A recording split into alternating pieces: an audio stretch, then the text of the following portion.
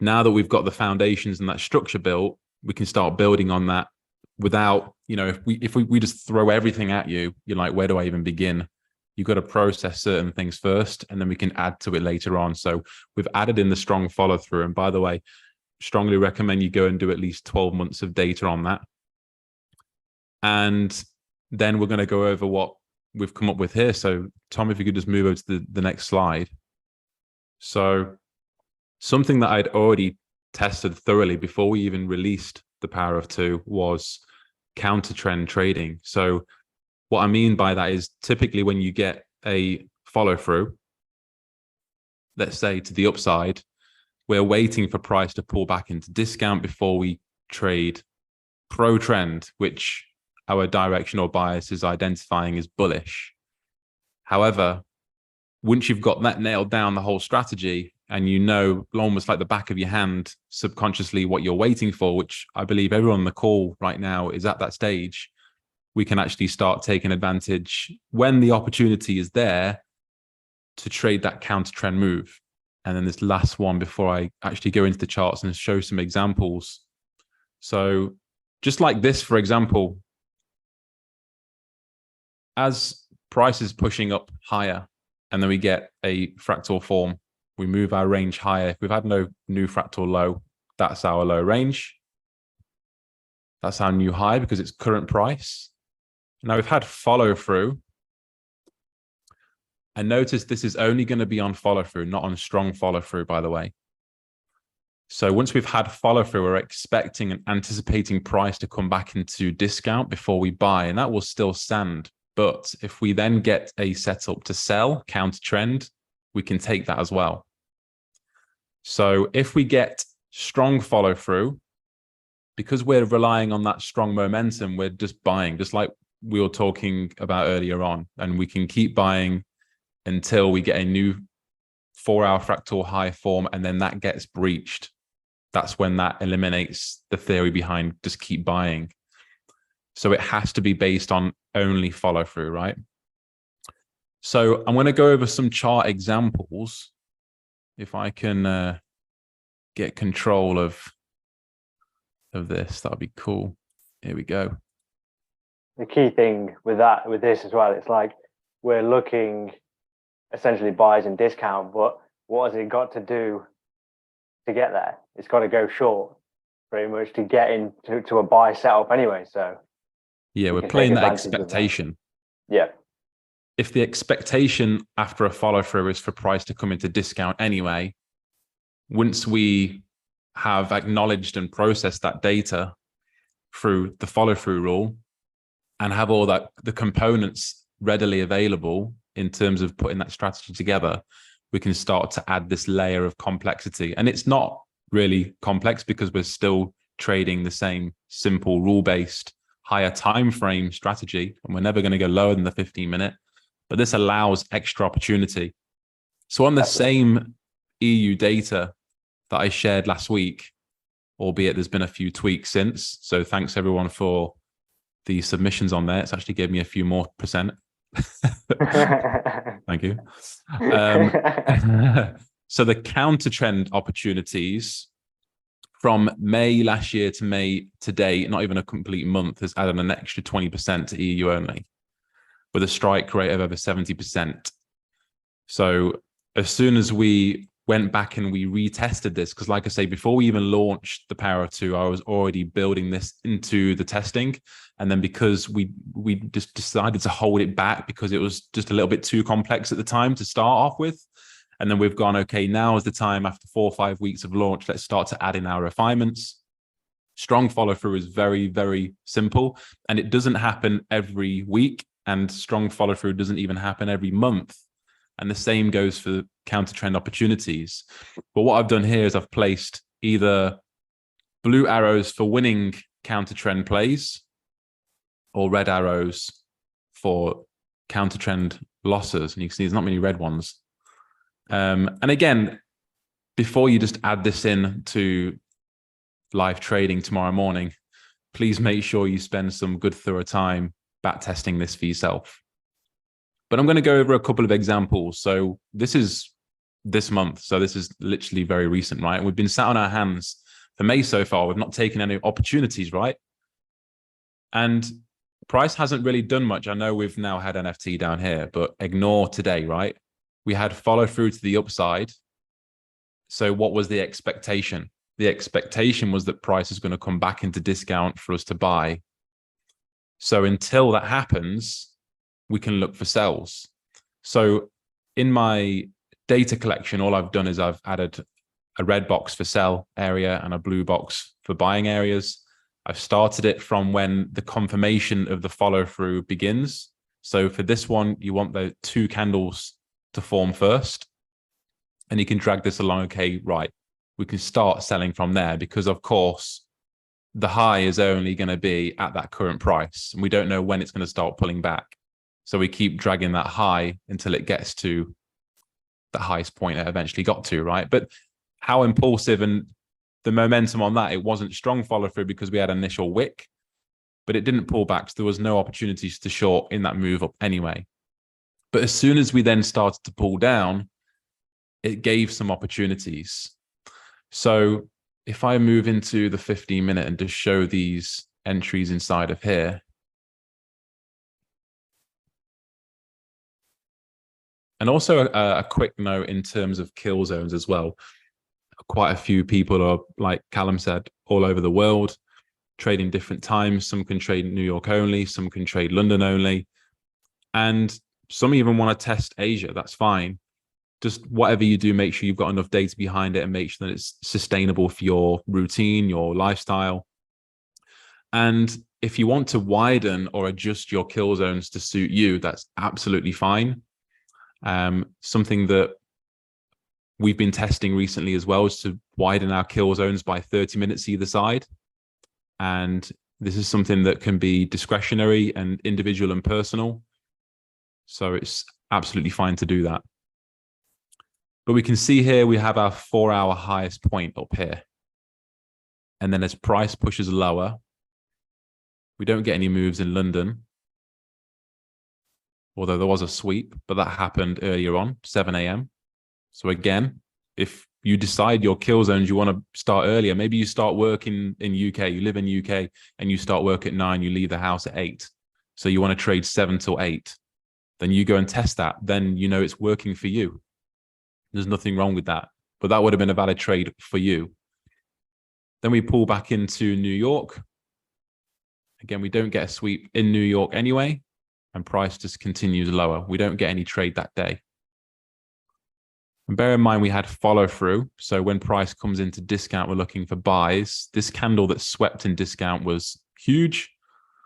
Plus, even if you put a buy stop on there, you would not have been tagged in until way after kill zones finished, right? But price pulls back into premium. So we've still got that expectation that price is either going to do 2 things, right? It's either going to continue higher, it's going to interact with the 4-hour high and we'll get a new directional bias, or it's going to pull lower and we're going to look for buys again. So not forgetting, and this is the important thing, we've always said this before, knowing and being aware that you are either pro trend or counter trend is really crucial.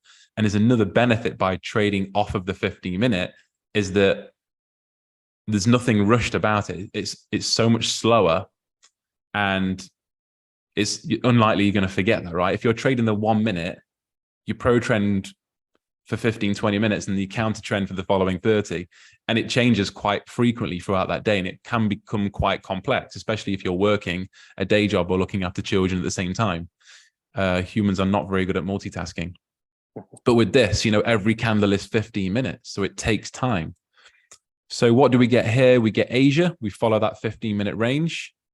And then inside kill zone, 7:45 to be precise, is a sweep of the high. So you could potentially trade at 8 a.m. or like we have, if you want to widen your kill zone by 30 minutes, then you place a sell stop below the candle that swept. And with this, you get a 1 to 3. Now, I believe that could have been NFP Friday, right? If I'm correct. Yeah, I think it was, yeah. So, of course, you may not have taken that at all, or you may have taken a 1%, got out before the news dropped. But technically, it was there. And there's the theory behind it. Again, the next day, has anything changed? No, because we've not interacted with the 4-hour high or low. So the expectation is that it's either going to travel higher and give us a new directional bias at the 4-hour high, or it's going to pull lower like it has done, and we'll look for buys. But if we're counter trend, we can look for sells. So during London this time, we have our 15-minute range. Again, it sweeps the range high, sell stop below the low that caused the sweep, which was what, 8:45, 9 a.m. trigger, and then a 1 to 3, no news that day. So that was Bank Holiday Monday. Yeah. Yes. Yeah. So again, if you weren't trading Bank Holiday Monday, you wouldn't have taken it. But again, technically it's there. Let's go back and have a look at a few other days. So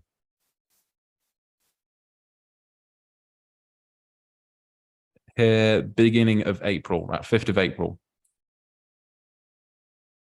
This is the 4-hour range over here, quite a large range where price came very close, if you remember, up here, and then came back into discount before interacting with this high. Initially giving a wick twice. So we had NFT twice, but then we had 1 and 2 bullish candles, switching this from no follow through into follow through. So our anticipation after moving the 4-hour range is that price would come into discount, which it did, and then look for buys. But we can move counter plays here. So let's have a look inside. If we drop to the 15-minute.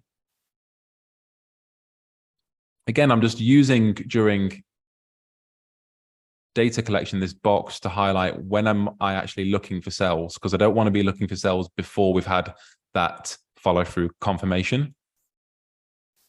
I'm going to remove this just so it's easier for you to see. Now this one, the 15-minute range is large. It's all contained within the range. So it shows that internals work for this as well. And let's have a look at this. So for kill zone for me, I'm starting at 7:30, finishing at 10. New York, I'm starting at 1 and finishing at 3:30. Although for me, usually on a school day, I'm out of the house at 3. So what do we get here? We get a most recent fractal sweep. Place the order below the candle that swept. Of course, it plays around a little bit. It does push higher. So originally stop loss might have been around here, or for extra protection above this one over here. But the fact that it did push higher before the tag, it would be more sensible to move it above price. Tags in, this one comes close to taking out and then hits the lows, right? If you missed that one, or if you've not already got 2% risk exposure live, you can take this second setup. So we're still within this 15-minute range. It's still internal. Price pushes up, creates this fractal, pushes lower, and then sweeps this. And we look at taking, in fact, I've got my sweep in the wrong place. It's this one over here, sorry. We would not have taken this last sweep. So this is the most recent fractal. There isn't one between here and here. So as price pushes up here, it's this candle that swept. So 3:30, self-stop here. This one, again, if you had had your stop loss like too close, first of all, you want to round this up to like 13 pips anyway above the candle. And if you're using 2 pips above that, what's that, 15? So you would have been taken out with that. But this is something I covered on the live yesterday morning. If you haven't watched it, go and watch it, because I go over stop loss placement. If you've got something solid very close to the left, I would highly advise to use it as coverage. And this is a prime example of that. Whereas if there's nothing to the left, and there are examples, just use your 2 to 3 pips rule, and most of the time it will keep you in. With this one, because you've got that added protection, it's already swept. It's a strong high, right? So using that extra protection, knowing that you can still get a 1 to 3, and that tags you in, whether there's a news announcement in here with this dodgy wick, potentially. But again, technically, that's a winner. So there's a couple of examples there. Let's load it up. And we'll just go through the chat box. If anyone's got any questions in there, George, is there a specific criteria to know that price may be ready to pull back and start looking for the counter trend move? Not necessarily, really. No, like that first example, we had that follow through after 2 bullish candles, but then it carried on for about another 8, 9, 10 candles.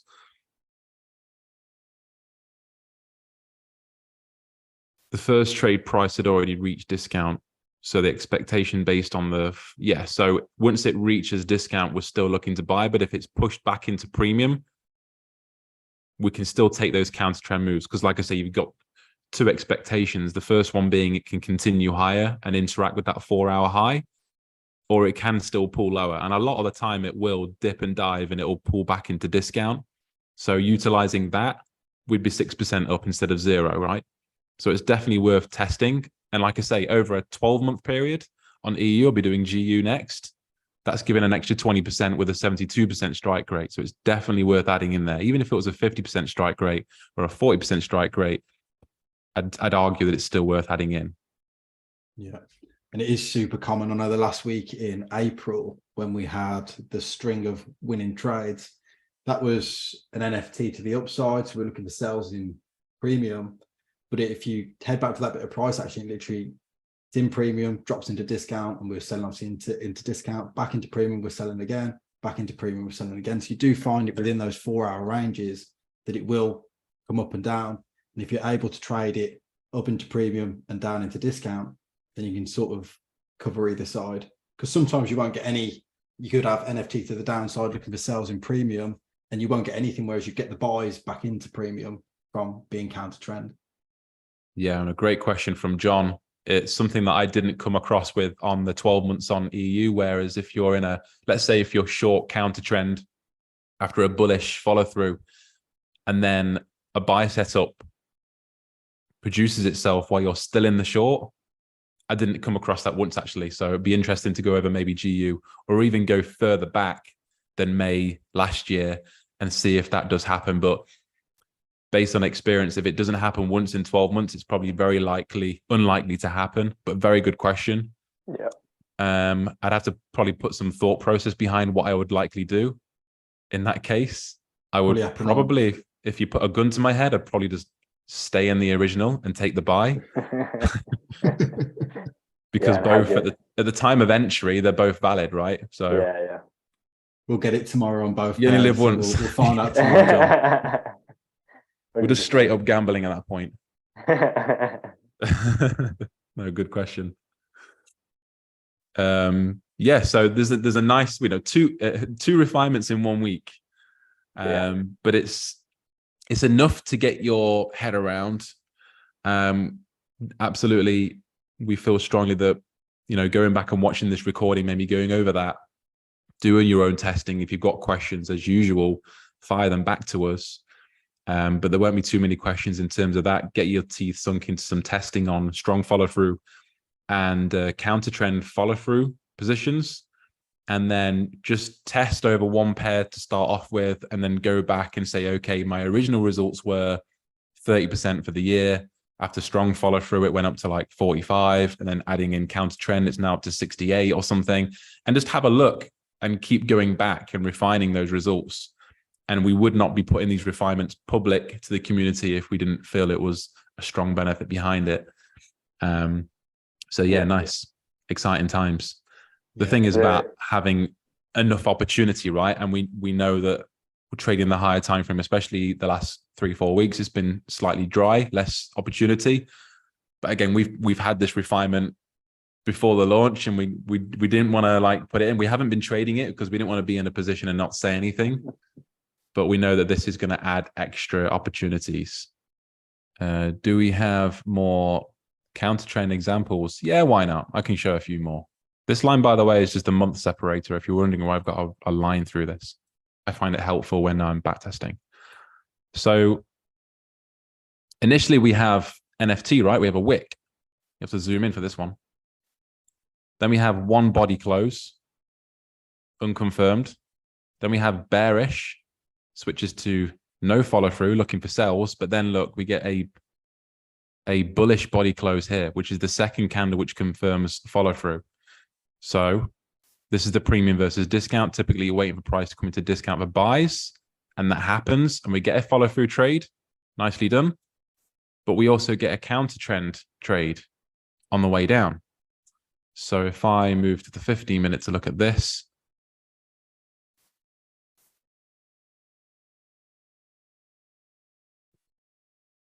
so like I say, we had we had no follow through.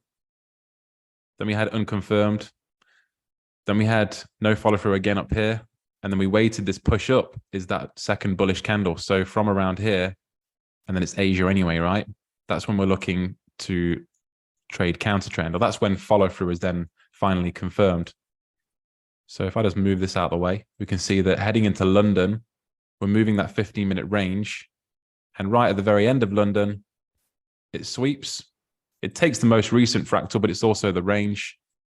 And then very quickly tags, probably about 9:05, 9:10. And we take a 1 to 3 in there. Do we actually get a second entry in here as well? Yeah. Yeah. Missed another one there. So what would the 15-minute range be there?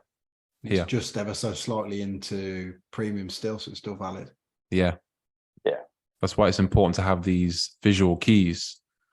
And like we like to say, it's ideal if you can get the entry in that premium or discount zone. But what's the most important thing? That the sweep occurs in that area. So we're inside this 15-minute range. Let me remove that one so we don't get confused.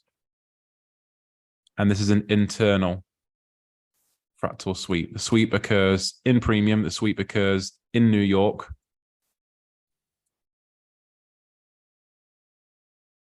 In fact, I think I know why this isn't, because this is where we got a time zone change. This is 12:15. So for me, wouldn't be a trade. This would be a kill zone changer. Yeah.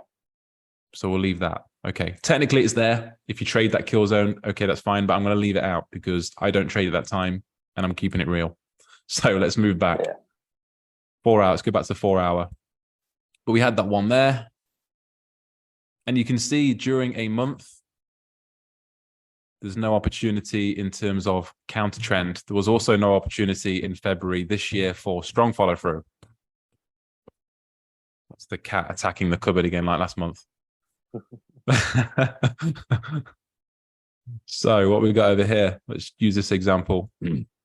Momentum's clearly up to the upside here, and we get follow through here, right? We get one candle, then a bearish, so NFT, and then a second bullish candle confirms as follow through. So premium versus discount, we're assuming price is going to come down and look for buys, which happens, just doesn't give an opportunity long, unfortunately.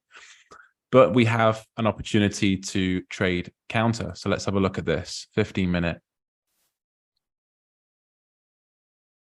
So we've confirmed at the high here that we've got follow through. We're using the 15-minute range here. We don't get anything during London. Let's have a look.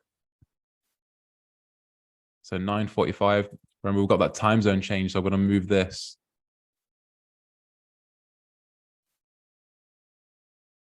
This is our sell area. Remove that. And we can see this is our 15-minute range. Doesn't take the range, but it's an internal. It's the most recent internal fractal. It's valid. It's inside kill zone. It's inside premium. We're looking for sells. We're expecting follow through. So we're expecting price to come into discount. So we sell stop below here. Here's a nice example of stop loss placement again, guys. So if you're just typically using 2 to 3 pips above the actual candle that swept, that's 12, so it'll be like 14 to 15, right? We don't know that can then do this afterwards. If you have something of extra protection nearby and you're still happy that you can get a 1 to 3, do that.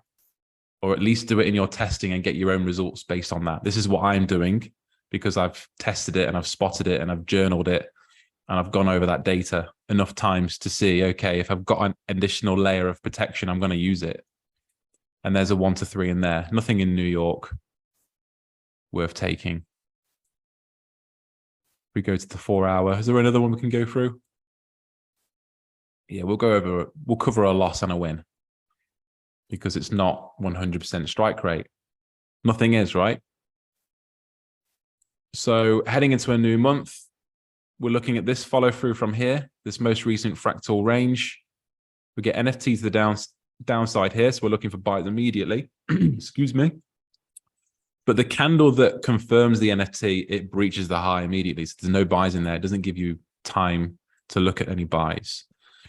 And then we get 1, 2 candles. So from this third candle, we can expect price to come back into discount, which it doesn't. But there's some opportunity to sell in here. Let's have a look on the 15-minute. So that's our sell zone. Remove that. Kill zone's correct. So again, 1 to 3:30 for me, UK time. This is a range sweep. The candle that swept, sell stop below that. And after tagging in, whether you want to use this, I probably would have done that actually. So 3 to 1 around here. And that just wouldn't have played out. Probabilities, right? But we're up here. We're still contained. We're just moving our 4-hour range high up. And then at the very top here, this would be, again, 15-minute range, moving this up. So we would have been at this area. 15-minute range high sweep during London session, sell stop. Nothing to give protection. You see this? If you're looking way over to the left, then you're wasting your time. There's nothing, apart from this candle that swept, there's nothing of extra protection. So at that point, I'm happy to take 2 to 3 pips above that high. We use 23 pips, 1 to 3. Okay, looking at that candle, it could be news event. So you got to factor that into your backtesting journal. Would you have taken that if it was high impact news? Likely not. Or you would have taken a break, even maybe closed around entry point if it was high impact news. Or whether you're trading a personal account and you're happy to take that risk. But technically it played out, right? So you've got what, 7 or 8 examples there, and 1 loser and a couple of winners. You've got internal range sweeps, you've got external range sweeps, and you've got some examples of stop loss placement where you do or don't have areas of additional protection on there. So that should definitely help.